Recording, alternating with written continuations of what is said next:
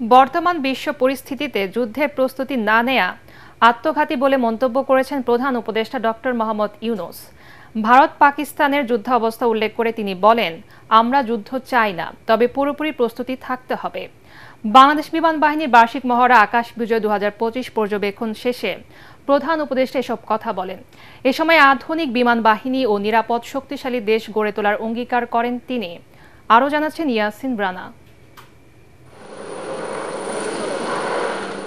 বাংলার আকাশে কল্পিত শত্রুপক্ষ। শত্রু মোকাবেলায় এগিয়ে গেল বাংলাদেশ বিমান বাহিনীর একদল চৌকস সদস্য। শত্রুকে পরাস্ত করতে এগিয়ে এলো হেলিকপ্টার। একে একে নেমে এলো বাংলার দামাল ছেলেরা। শত্রুমুক্ত করতে তাদের প্রাণান্তকর চেষ্টা। এক পর্যায়ে এগিয়ে আসে পরিবহন বিমান। আকাশ নিরাপদ রাখতে একে একে ছুটে যায় যুদ্ধ বিমান। রং ছড়িয়ে দেয় বিজয়ের বার্তা। এটি বাংলাদেশ বিমান বাহিনীর মহড়া আকাশ বিজয়ের একটি ছায়াযুদ্ধ, যেখানে অংশ নেয় বিমান বাহিনীর বিভিন্ন যুদ্ধ বিমান, পরিবহন বিমান, আনম্যান্ড এরিয়াল ভেহিকেল, রাডার সহ আকাশ প্রতিরক্ষা ব্যবস্থার নানা সরঞ্জাম।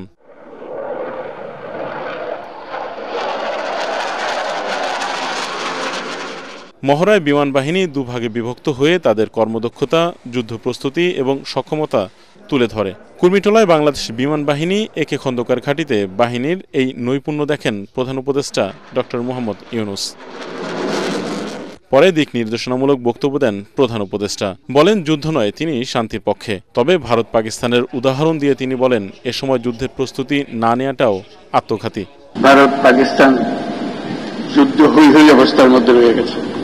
এই পরিস্থিতির মধ্যে প্রস্তুতি না নেওয়াটা আত্মঘাতী। প্রস্তুতি নিতে হলে আধা প্রস্তুতির কোনো জায়গা নেই।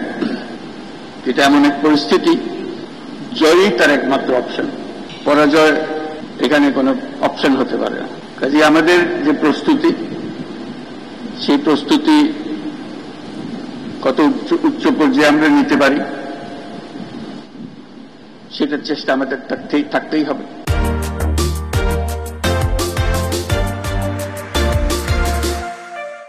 আধুনিক বিমান বাহিনী গড়ে তোলা হবে বলে জানান অধ্যাপক ইউনূস। সমসাময়িক ভূ রাজনৈতিক পরিস্থিতি ও কার্যকর আকাশ প্রতিরক্ষার পাশাপাশি বিস্তীর্ণ সমুদ্র এলাকায় নিশ্চিদ্র নিরাপত্তা প্রদানের লক্ষ্যে কাজ করে যাচ্ছে। দেশের সার্বভৌমত্ব ও স্বাধীনতার প্রতি যে কোনো চ্যালেঞ্জ মোকাবেলায় একটি আধুনিক ও সদাপ্রস্তুত বিমান বাহিনী গড়ে তোলার লক্ষ্যে আমাদের প্রচেষ্টা অব্যাহত থাকবে।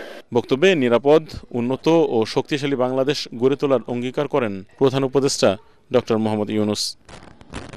ইয়াসিন রানা, এটিএন বাংলা, ঢাকা।